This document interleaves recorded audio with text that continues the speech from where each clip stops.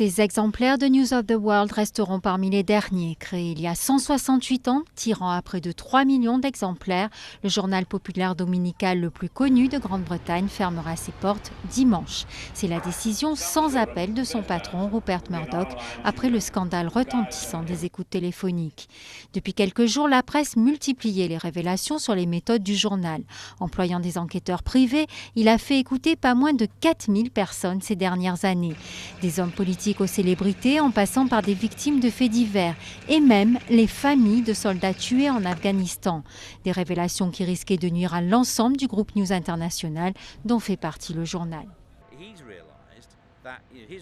Il a réalisé que sa réputation et celle de News Corp, l'immense empire multinational et multimilliardaire qu'il a construit, tout ça est affecté en un sens, à cause de mauvaises pratiques dans un petit coin de l'empire.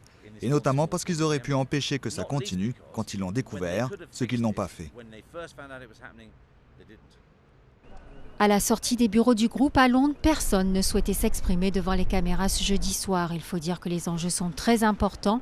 Les annonceurs commençaient à se retirer, épouvantés par l'ampleur du scandale et des menaces planées sur le rachat par Murdoch de l'intégralité du bouquet satellitaire Sky, soumis à un feu vert du gouvernement.